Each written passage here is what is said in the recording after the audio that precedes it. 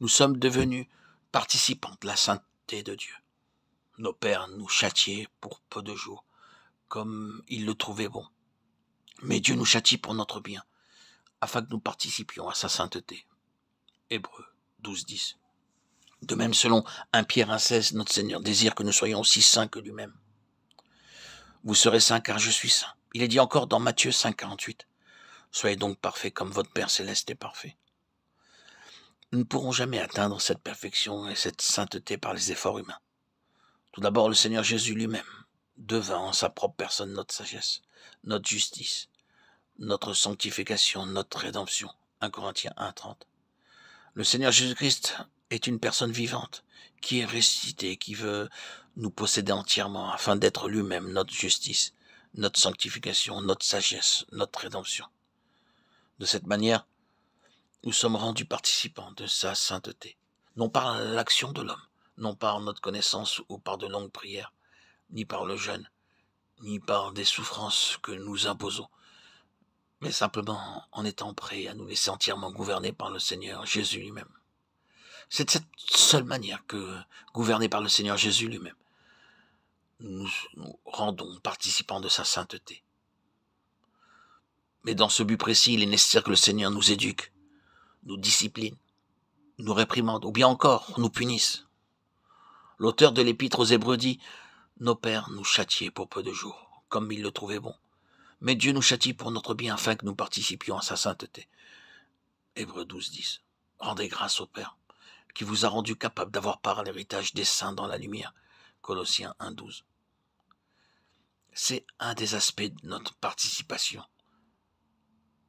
Participant à l'héritage des saints dans la lumière. Non seulement notre Seigneur nous a pardonné nos péchés, mais il désire que nous participions à cet héritage dans la lumière, à cet héritage céleste, spirituel et glorieux, pour un héritage qui ne se peut ni corrompre, ni souiller, ni flétrir, lequel vous est réservé dans les cieux, à vous qui, par la puissance de Dieu, êtes gardés par la foi pour le salut, prêt à être révélé dans les derniers temps. 1 Pierre 1,5. L'héritage, c'est un terme qui exprime l'idée d'une possession, d'une propriété qui nous est acquise par notre naissance. Supposons que vous soyez né dans une famille très riche. Dans ce cas, vous avez part à la richesse et à la fortune de votre père. De même, étant né dans la famille céleste, nous avons une part des richesses de cet héritage céleste. C'est par la foi que nous devons saisir et nous prévaloir de notre portion quotidienne de ces richesses célestes. Mais l'ennemi est toujours là, pour nous priver et nous frustrer de cet héritage céleste, par notre négligence, par notre mondanité, par notre cécité spirituelle. Permettez-moi de vous donner un exemple très simple à ce propos. Un de mes parents était un homme extrêmement riche. Il avait de grandes possessions dans beaucoup de villages. Il avait 2 fils. L'aîné était très intelligent, mais le cadet était parfaitement stupide. Lorsque le père mourut, l'aîné des fils intelligents pensa s'approprier une partie de l'héritage, revenant à son frère cadet, lequel était vraiment très stupide. Les 2 frères se réunirent et l'aîné dit à l'autre « Notre père nous a légué de nombreuses propriétés, des immeubles, des biens dans beaucoup de villages. Tu ne seras pas capable d'aller dans toutes ces propriétés pour y recueillir les loyers et pour payer les impôts. Aussi, je te propose de te payer comptant ta part d'héritage.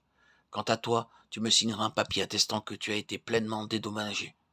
Je me chargerai moi-même à ta place en ta faveur d'aller gérer toutes ces propriétés. » Ce disant, il lui offrit simplement 1000 roupies pour son dédommagement. Mais son jeune frère lui dit « Bien que je sois très stupide, je sais une chose. Mon père m'a légué une portion égale à la tienne.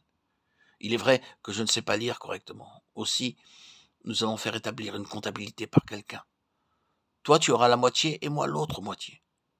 Ce que le livre dira, je m'y soumettrai. » Son aîné lui répondit « Mais c'est une affaire de famille, traitons-la entre nous, arrangeons-nous à l'amiable. Je te propose 5000 roupies au lieu de 1000. Avec cela, tu pourras vivre tout à ton aise pendant bien des années. » Mais l'autre répondit « Je sais une chose. Mon père m'a légué ma portion.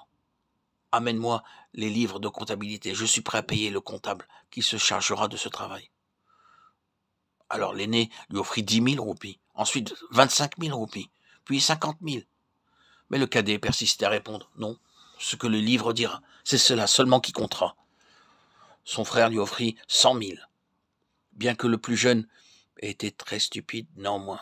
Il persistait à dire « Mon père m'a légué une portion égale à la tienne, et cette part doit me revenir. » Chers amis, qui que vous soyez, aussi stupide que vous puissiez être, aussi fou que vous soyez, le Seigneur Jésus vous a offert une portion égale à celle de tous les autres.